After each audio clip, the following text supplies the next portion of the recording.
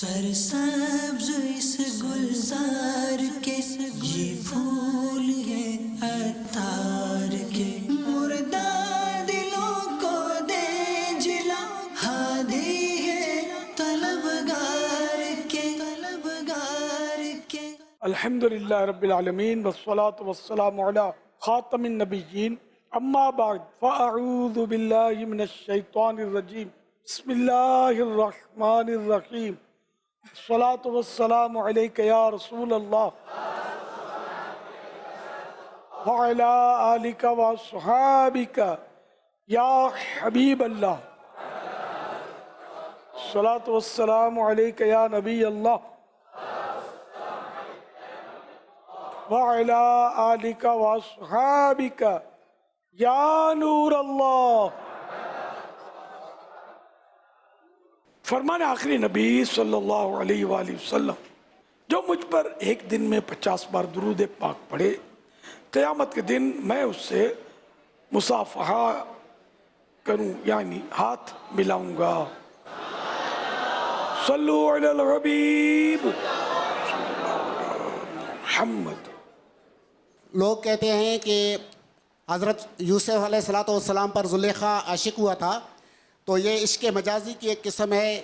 تو آپ لوگ کہتے ہیں کہ میں عاشق ہوں نبی کا، تو یہ عشق کا لفظ کہنا کیسا؟ کہ یہ لوگ ہمیں کہتے ہیں کہ یہ عشق کا لفظ کہنا جائز نہیں ہے، آپ عشق عشق کہتے ہیں کہ ہمیں فلاں سے عشق ہے، نبی سے ہمیں عشق ہے، اولیاء سے عشق ہے، تو یہ عشق کا لفظ استعمال کرنا کیسا؟ لفظ عشق جہاں استعمال کیا جائے گا وہاں کے اس کے معنی ہوں گے، اور یہاں جو ہے نا زلیخا نے، واقعی زلیخا کو عشق ہو گیا تھا، لیکن اللہ کے نبی حضرت یوسف علیہ السلام اس سے بالکل پاک ہیں، ان کو عشق نہیں ہوا تھا، بے شک۔ تو اس لیے وہ معاذ اللہ یہ دونوں کا ایک دوسرے کا عشق کہنا یہ تو توہین ہے نبی کی، نبی ایسے کام نہیں کیا کرتے، اس لیے جو عاشقان ناشاد یہ دلیل لیتے نا یہ خطرناک ہے۔ یہ اگر کہیں گے کہ حضرت یوسف علیہ السلام بھی معاذ اللہ اس عشق میں مبتلا تھے تو ایسا کہنے والا جو ہے کافر ہو جائے گا کہ نبی کی توہین ہے۔ اچھا، ان کا یہ اب یہ لفظ عشق، عشق کا یعنی کہ ایسے کئی الفاظ ہوتے ہیں کہ جہاں استعمال کیے جائیں وہاں اس کے معنی وہ دیکھے جائیں گے۔ تو اب اللہ سے عشق، تو اللہ سے مطلب شدید محبت، نبی سے عشق، عشق رسول تو شدید محبت، اور مجازی عشق کسی عورت سے، اور اس میں پھر ناجائز ہونا۔ میرا نام وقاص احمد اتاری ہے، میں شہر شہداد پور سے تشریف لایا ہوں 12 دن کے لیے سندھ سے، ماشاءاللہ، اور اپنے شہر سے اکیلا آیا ہوں بابا جان، کیا شان ہے آپ کی، کوئی ساتھ نہیں مرحبا۔ ہے، اکیلا ہوں۔ تو آپ اکیلے کہاں ہیں یار، اتنے سارے تو آپ کے ساتھ ہیں۔ بس آپ ساتھ رہیں بابا جان، آپ ساتھ نہ چھوڑیں۔ اچھا میں ساتھ ہوں تو آپ اکیلے کیسے ہوئے؟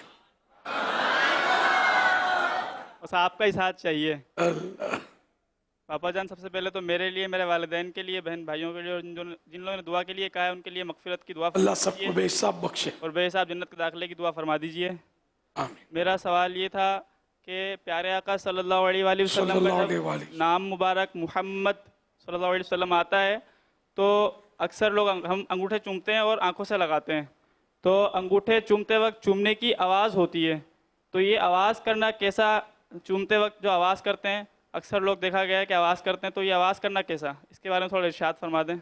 اللہ کرے اکثر لوگ چومنے والے بن جائیں۔ اچھا خیر، چومنے والے چومتے، عاشقان رسول عام طور پہ چومتے، عام طور پر بھی نہیں مگر توجہ ہوتی ہے تو کچھ چومتے کچھ نہیں چومتے سب۔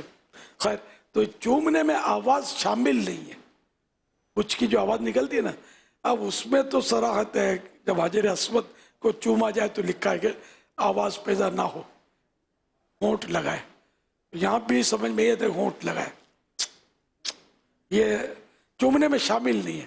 یہ بچ بچ کی آواز جو ہے نا، میں خود نہیں آواز نکالتا کیونکہ وہ حجر اسود کی یاد ہے نا اس میں آواز نہ نکالنے میں، کہ اعلیٰ حضرت نے لکھا ہے کہ حجر اسود جب چومے تو آواز نہ نکالے، صرف ہونٹ لگائے۔ کیا کوئی شخص اللہ تبارک و تعالیٰ کا دیدار کر سکتا ہے؟ اللہ پاک کا ظاہری حیات میں کھلی آنکھوں سے جاگتے ہوئے یہ پیارے آقا صلی اللہ علیہ وسلم نے کیا، اور سرکار صلی اللہ علیہ وسلم کے لیے یہ خاص ہے،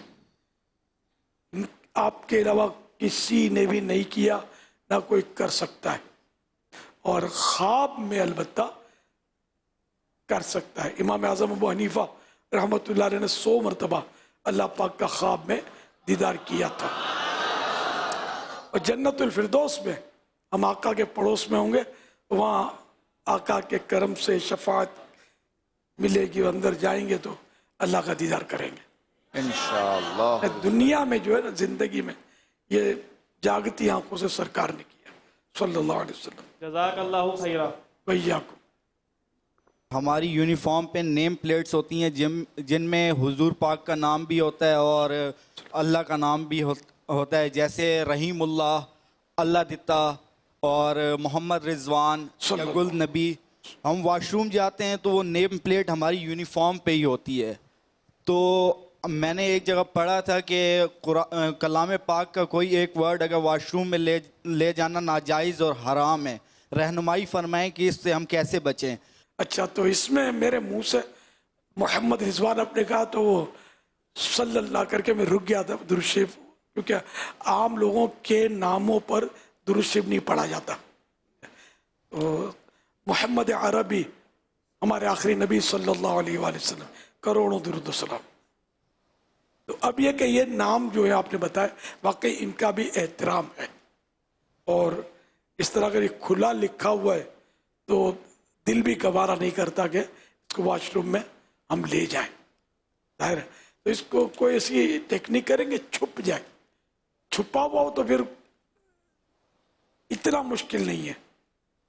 باپا جانی یہ چھپ نہیں سکتا نا، یہ تو فرنٹ پہ لگا ہوتا ہے۔ یعنی کوئی جیسے رومال جیب میں ہو، رومال کا یوں کچھ حصہ نکال کے یوں ڈلکا دیا تو یہ پردہ پڑ جائے گا، اس میں چھپ جائے گا۔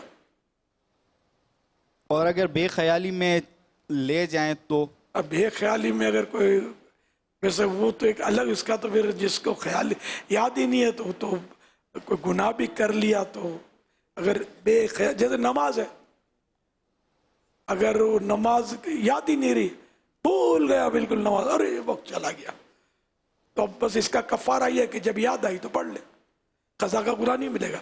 تو بھول گیا تو اس پہ اس کی پکڑ نہیں ہے، لیکن بعض صورتوں میں پکڑ ہوتی ہے، جیسے بے خیالی میں ایکسیڈنٹ کر دیا، کسی کو ٹھوک دیا، مار دیا اس کو، تو اس پہ پکڑ ہے، یہ قتل خطا کہلاتا ہے۔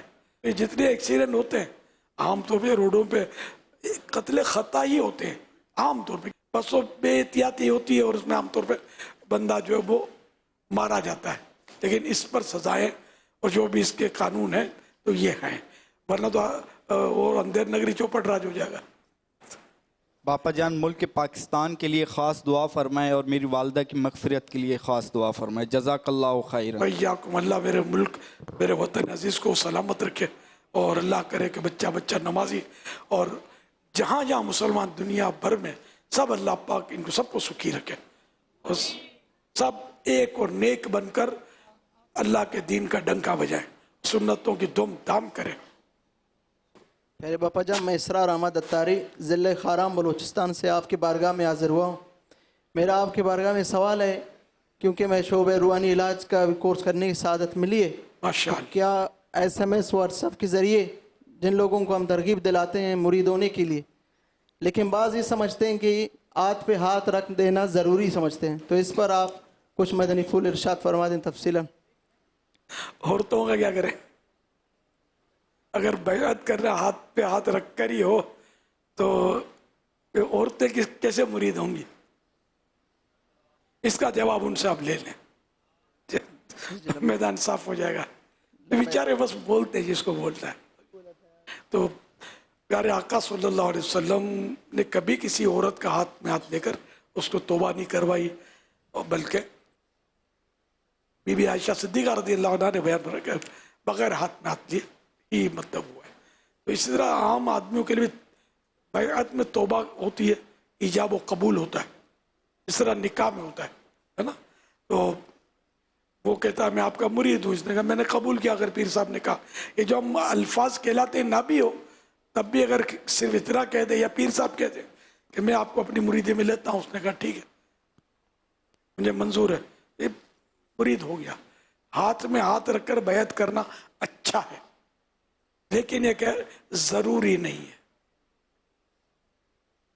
یہ بعض لوگ کرتے ہیں. بہت پہلے بھی یہ ایک واقعہ ہوا تو میرے ساتھ پنجاب کے دورے میں, کسی جو پورے شہر کے وہ نگران تھے انہوں نے مجھے کہا تھا کہ شاید ان کے پیر صاحب یہ نقش بندی سلسلے میں تھے کہ پیر صاحب یا کسی اور پیر صاحب نے کہا کہ مطلب یہ جو اس طرح یہ اعلان کر کے بیعت ہوتی ہے یہ غلط ہے, ہاتھ پہ ہاتھ دینا چاہیے. تو میں نے ان کو کہا کہ آپ ان پیر صاحب کو کہیے کہ میں نے الیاس سے بات کی. ویسے تو الیاس کیسے مانے گا, آپ کوئی ایک آدھ آیت حدیث شریف یا بزرگوں کے ایسے اقوال مجھے بتائیں کہ جس میں یہ کہ ہاتھ پہ ہاتھ رکھنا شرط ہو, ویسے بیعت نہ ہوتی ہو, تو میں جا کے الیاس کو بتاؤں گا. اگر الیاس نہیں مانے گا تو میں دعوت اسلامی کو چھوڑ دوں گا. اس کو 30 ایک سال تو ہو گئے, 30-35 سال سے, بہت پرانی بات ہے. ابھی تک تو وہ مجھے اس کا جواب نہیں ملا ہے. اور وہ اس طرح اپنے ساتھی رہے, کام کرتے رہے دعوت اسلامی کا. تو بس بعض بیچارے بول دیتے ہیں, کوئی اس کا سر پیر ہوتا نہیں ہے. اب کوئی توبہ کرنے آئے تو بولا ہاتھ پہ ہاتھ رکھو, ورنہ پیری مرید میں توبہ بھی تو کراتے ہیں, عہد لیتے ہیں کہ آئندہ گناہ سے بچوں گا, ہے نا, نمازیں پڑھوں, تو اس کا ہاتھ شرط تو نہیں ہے نا ہاتھ رکھنا. تو یہ بالکل غلطی ہے. بلکہ لیٹر کے ذریعے بھی اعلیٰ حضرت نے فتح رضیہ میں لکھا ہے لیٹر کے ذریعے بیعت ہو سکتی ہے. قاصد کے ذریعے کہ نمائندہ بھیجا, اس کے ذریعے بھی, نمائندے کے ذریعے بھی بیعت ہو سکتی ہے.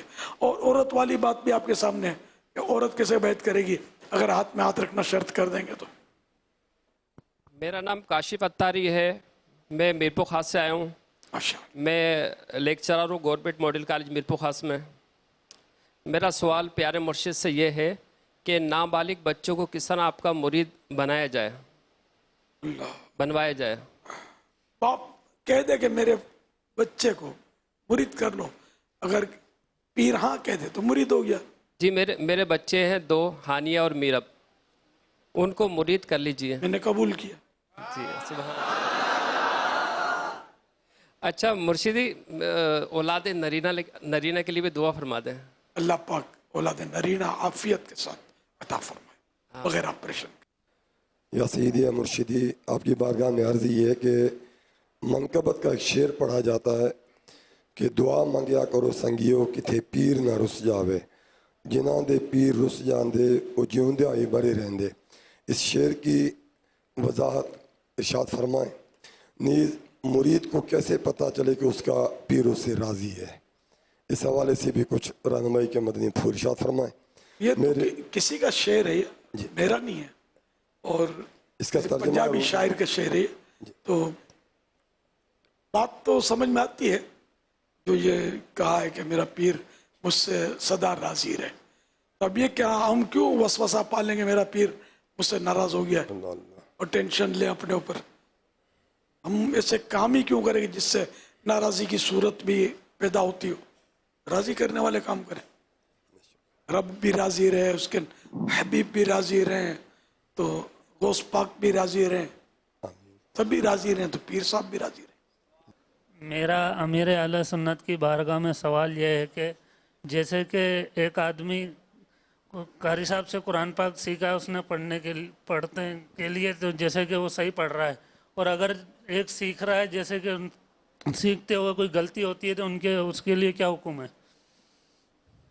اب جب سیکھ ہی رہا ہے تو اس کا مطلب پورا اس کو آ نہیں رہا تو غلطی تو کرے گا نا. سیکھتا رہے تو انشاءاللہ غلطیاں دور ہو جائیں گی.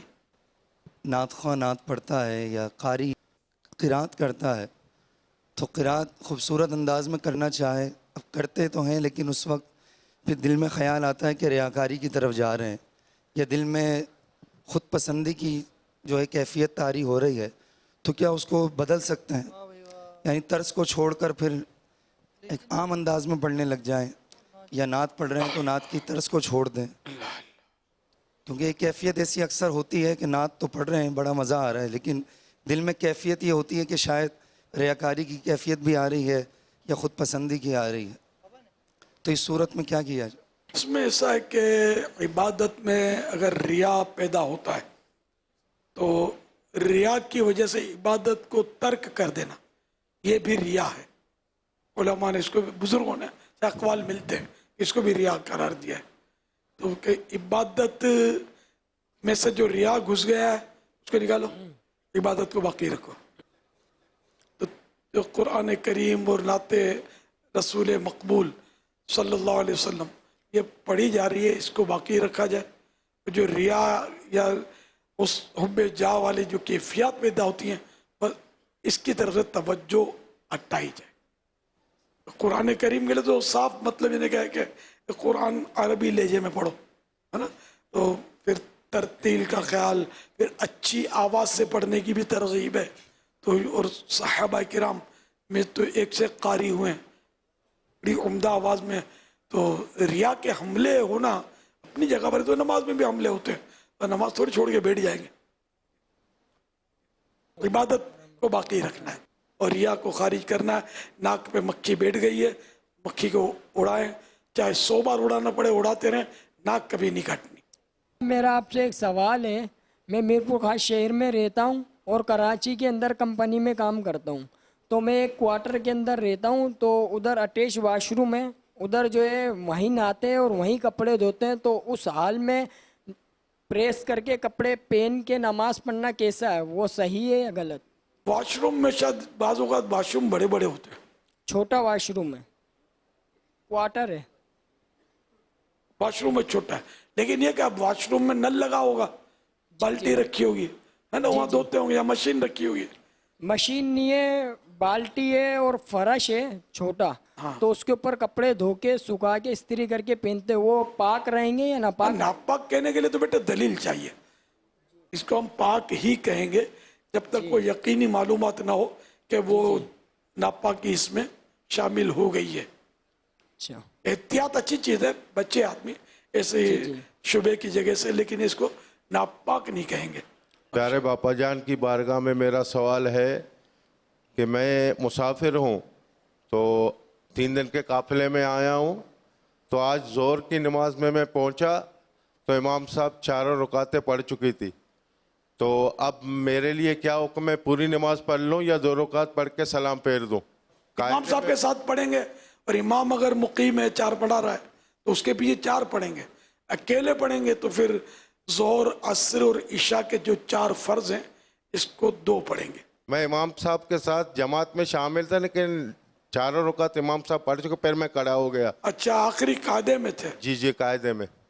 اب تو 4 پڑھیں گے. امام سے آپ نے امامت کی اقتدا کی ہے نا.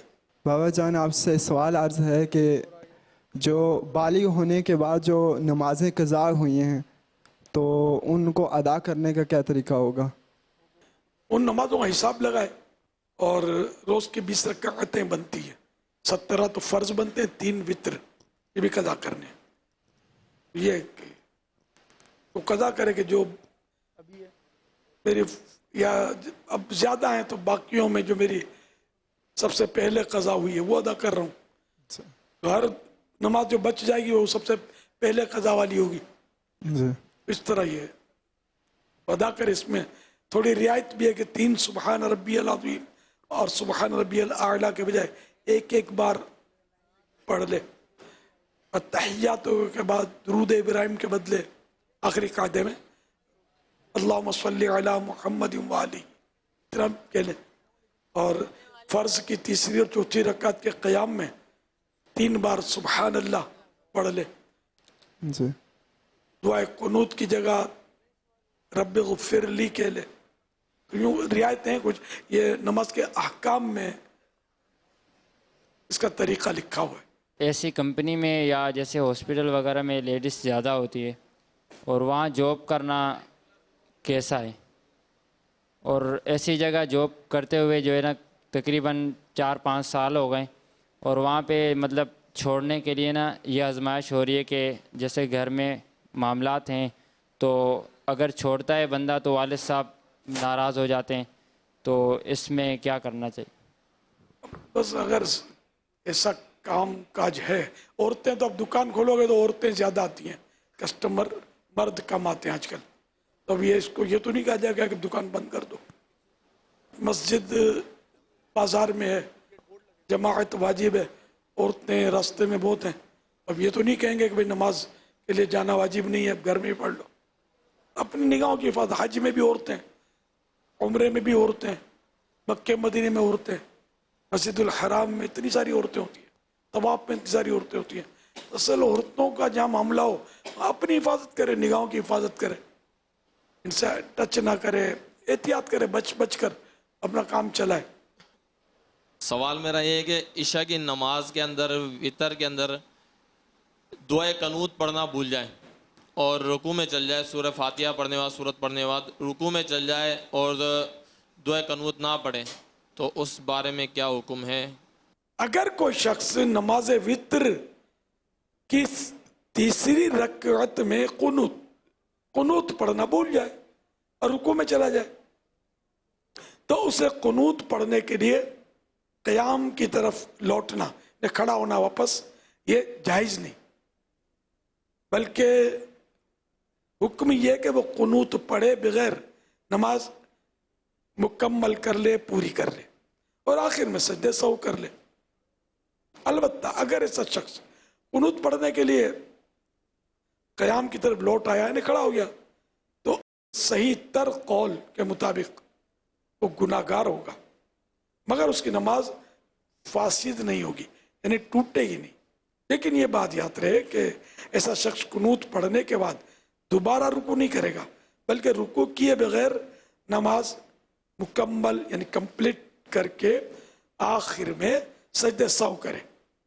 اگر جان بوجھ کر اس نے دوبارہ رکوع کر لیا تو اب سجدہ سہو کافی نہیں ہوگا، بلکہ یہ رکوع عمدن جان بوجھ کر سجدے میں تاخیر کا سبب بن رہا ہے، لہذا نماز کا اعادہ واجب ہوگا، یعنی یہ نماز دوبارہ پڑھنی ہوگی. امیر سنت کی بارگاہ میں عرض ہے کہ 40 روز کا جو چلہ کیا جاتا ہے وہ کیا بزرگوں سے ثابت ہے؟ اور سنا ہے کہ اس چلے کے اندر جو ہے وہ جنات کو اپنے قابو میں کیا جاتا ہے. اگر ایسا ہے تو کیا آپ نے چلہ کیا ہے؟ اللہ اللہ، نہ میں بزرگ ہوں، نہ میں نے چلہ کیا ہے، نہ بزرگ جنات پکڑنے کے لیے چلے کرتے ہیں.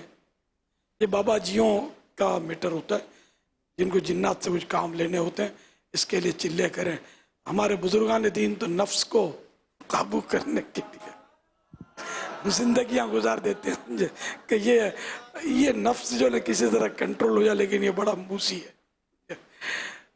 وہ ہے نا، نہنگو اژدہاؤ شیر نر مارا تو کیا مارا، بڑے موذی کو مارا، نفس امارہ کو گر مارا. نہنگ مانے مگر مچھ، شاید سب نے نہ دیکھا ہو، یہ مگر مچھ بہت خطرناک جانور ہے، دریائی جانور ہے. تو مگر مچھ کو مار دیا. اژدہا یہ بہت بڑا سانپ ہوتا ہے، جو کہا جاتا ہے کہ سانس لے لو زور زور سے، تو سامنے بکرا ہو نا تو اس سانس میں چلا جائے گا، اس کے پیٹ میں. اتنا بڑا ہوتا ہے اژدہا، یہ سانپ ہی کی قسم ہے.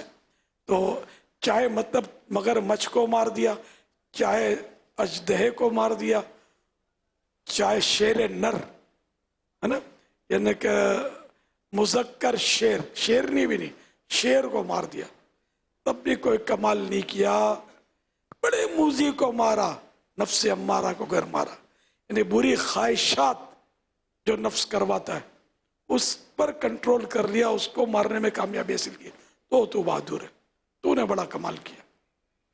تو بزرگان دین یہ کام کرتے ہیں، ان کو جنات پکڑنے کی فرصت نہیں ہوتی، اور جنات خود ان کے قدموں میں لوٹتے ہیں. یہ بزرگوں کے قصے، جیسے غوث پاک نے کوئی جنات پکڑنے کے لیے چلے نہیں کیے تھے، لیکن جنات کا بادشاہ ان کے قدموں میں تھا ہی نا.